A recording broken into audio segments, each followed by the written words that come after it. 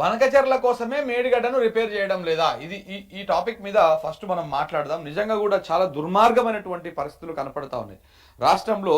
రేవంత్ రెడ్డి గారు మరి ముఖ్యమంత్రి అయితే రాష్ట్ర ప్రయోజనాల కోసం పాటుపడాలి కానీ ఏపీ కోసం, మోడీ కోసం, వీళ్ళ కోసం ప్రయత్నాలు చేస్తున్నట్టుగా కనపడింది. నిన్న హరీష్ రావు గారు కూడా ప్రెస్ మీట్ పెట్టారు ఇదే అంశం మీద. బనకచెర్ల ఎంత దోపిడీ గురిగాబోతా ఉన్నది, బనకచెర్ల వల్ల తెలంగాణకు రావాల్సినటువంటి నీళ్లు ఎన్ని నీళ్లు పోతా ఉన్నాయి, ఏ రకంగా మనం ఇబ్బందులకు గురిగాబోతా ఉన్నాం, ఈ అంశాల మీద ఆయన నిన్న సుదీర్ఘమైనటువంటి ప్రెస్ మీట్ కూడా పెట్టిండు.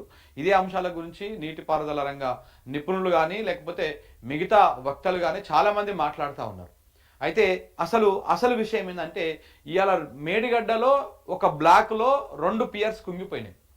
ఆ కుంగిపోయినటువంటి పియర్స్ను రిపేర్ చేయకుండా మొత్తం మేడిగడ్డనే పడావు పెట్టి దాంతోపాటు పైన ఉన్నటువంటి 2 బరాజులను కూడా పడావు పెట్టడం వెనక అసలు కుట్ర ఏంది అంటే ఇక ఇప్పుడు తేటతెల్లం అయిపోయింది. దేనికోసం అంటే ఇగో బనకచెర్ల కోసం, బనకచెర్ల పైన ఉన్నటువంటి ఇచ్చంపల్లి కోసం, దీనికోసం మాత్రమే మేడిగడ్డను రిపేర్ చేయడం లేదు. ఎట్లనో ఒకసారి మనం డిస్కస్ చేద్దాం.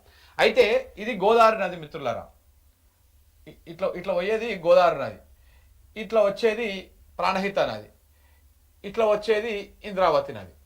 ఇది ఇంద్రావతి, ఇది ప్రాణహిత. అయితే గీడ ఉన్నది మేడిగడ్డ, ఇది మేడిగడ్డ. తుపాకుల గూడెం, దీని సమ్మక్క సారక్క బ్యారేజ్ అంటారు. తుపాకుల గూడెం. అయితే ఇప్పుడు ఈ ప్రాంతంలో పోలవరం ఉన్నది. పోలవరం ఇక్కడ ఉన్నది. ఈ పోలవరం బ్యాక్ వాటర్ నుంచి లిఫ్ట్ చేసి ఇక్కడెక్కడో కృష్ణా బేసిన్లో ఉన్నటువంటి బనకచెర్లకు ఎత్తుకపోదాం అన్నటువంటి ప్రయత్నము చేస్తూ ఉన్నారు. బనకచెర్లకు ఎత్తుకపోదాం ప్రయత్నం చేస్తూ ఉన్నారు.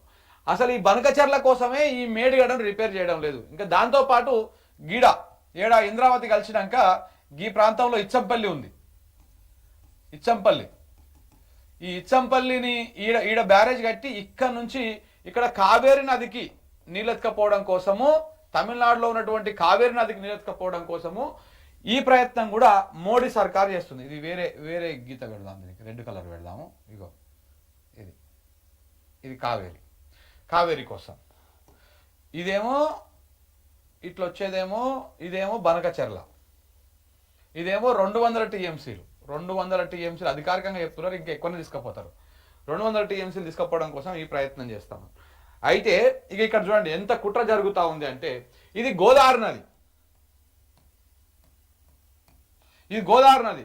ఈ గోదావరి నదిలో ప్రాణహిత కలిసిన తర్వాత ఉన్నది మేడిగడ్డ. ఈ మేడిగడ్డలో మనకు ఒక పియర్, ఒక బ్లాక్ లోని 2 పియర్స్ కుంగిపోయినాయి. ఈ 2 పియర్స్ కుంగిపోయి ఎందుకు రిపేర్ చేస్తలేరు, దేనికోసం రిపేర్ చేస్తలేరు అంటే ఇగో ఈ బనకచెర్ల కోసం, ఈ ఇచ్చంపల్లి కోసం రిపేర్ చేస్తలేరు. ఈ బనకచెర్ల, ఈ ఇచ్చంపల్లి కోసం రిపేర్ చేస్తలేరు. ఎట్లా దానికి దీనికి లింక్ ఏంది అంటే ఇప్పుడు ఇది రిపేర్ చేస్తే ఈడ నీళ్ళు ఆపుకోవాల్సి వస్తుంది. వాస్తవానికి కూడా గోదావరి మొత్తంలో వాటర్ కంటే కూడా ఈ ప్రాణహిత నీళ్ళే దాదాపు ప్రతి సంవత్సరం 1400 టీఎంసీల నీళ్లు తీసుకొస్తుంది. 1000 నుంచి 1400 టీఎంసీల నీళ్ళు తీసుకొస్తుంది అటు ఇటుగా. అయితే ఈ నీళ్ళే ప్రధానంగా ఇప్పుడు ఇంద్రావతి కూడా ఉంది, కానీ ఇంద్రావతి ఒకటేసారి ఉప్పెనలకు వస్తుంది, మళ్ళా కొంత డౌన్ అయిపోతుంది. కానీ ప్రాణహిత మాత్రం రెగ్యులర్గా వాటర్ తెస్తూనే ఉంటుంది. దీనికి ఎట్టకాలంలో కూడా, ఎండాకాలంలో కూడా రోజుకు 1-2 టీఎంసీలు మోసుకొచ్చేటువంటి నది ప్రాణహిత నది. అది గోదావరికి ఉపనది. ఈ ప్రాణహిత నీళ్లను వాడుకోవాలి వీళ్ళు, ఇక్కడ దాకా పోలవరం దాకా వాడుకోవాలి, పోలవరంతో పాటు ఇక్కడ బనకచెర్ల దాకా తీసుకొచ్చుకోవాలి. మరి ప్రాణహిత నీళ్లను ఆపేది మన దగ్గర కేవలం మేడిగడ్డ బ్యారేజ్ మాత్రమే ప్రాణహిత నీళ్లను ఆపుతుంది. ఈ మేడిగడ్డ బ్యారేజ్లో 2 పియర్స్ కుంగినాయా, వీళ్ళు కూల్చిర్రా, బాంబులు పెట్టిర్రా, ఏం చేసిర్రా అనేది తెలంగాణ సమాజం అర్థం చేసుకోవాలి. వీళ్ళు ఏదో కుట్ర చేసి మన పట్ల ఏదో చేసి ఇది చేసిర్రు. సరే, ఇది కుంగి కూడా దాదాపు 2 సంవత్సరాలు అవుతుంది, 2 ఇయర్స్ అవుతున్నది. ఇప్పటిదాకా దీని మీద కనీసం దీన్ని రిపేర్ చేయడం లేదు. ఎందుకు రిపేర్ చేయడం లేదు అంటే ఇన్ని రోజులు ఎన్డీఎస్ఏ రిపోర్ట్ అని చెప్పిర్రు, ఎన్డీఎస్ఏ అని చెప్పిర్రు, ఇప్పుడు కమిషన్ అని చెప్తా ఉన్నారు, రకరకాల కారణాలు చెప్తా ఉన్నారు. ఈ ఒక్క బ్యారేజ్ను సాకుగా చూపించి పైన ఉన్నటువంటి అన్నారని, పైన ఉన్నటువంటి సుందిలని, ఈ రెండిట్లను కూడా ఎండబెట్టిర్రు.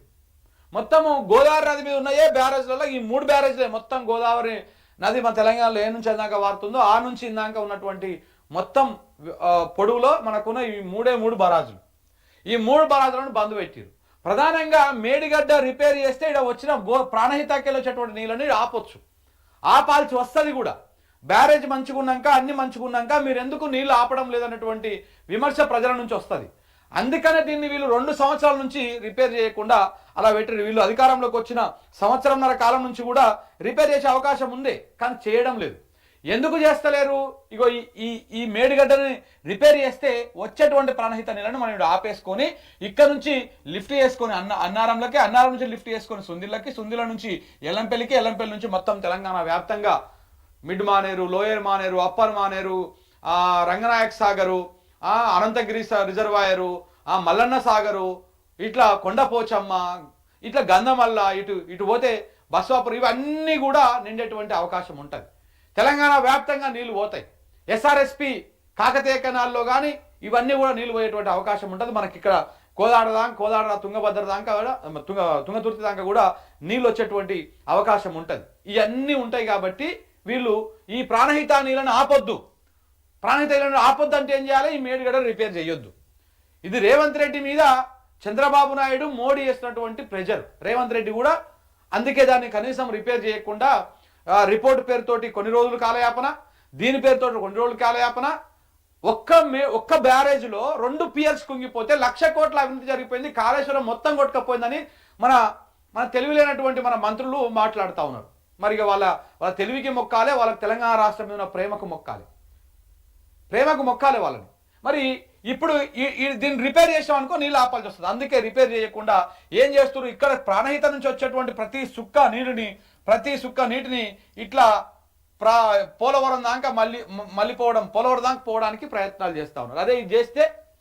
అదే మేడిగడ్డ రిపేర్ చేస్తే నీళ్ళు ఆగిపోతాయి. ఆగిపోతే తెలంగాణకు నీళ్ళు వస్తాయి.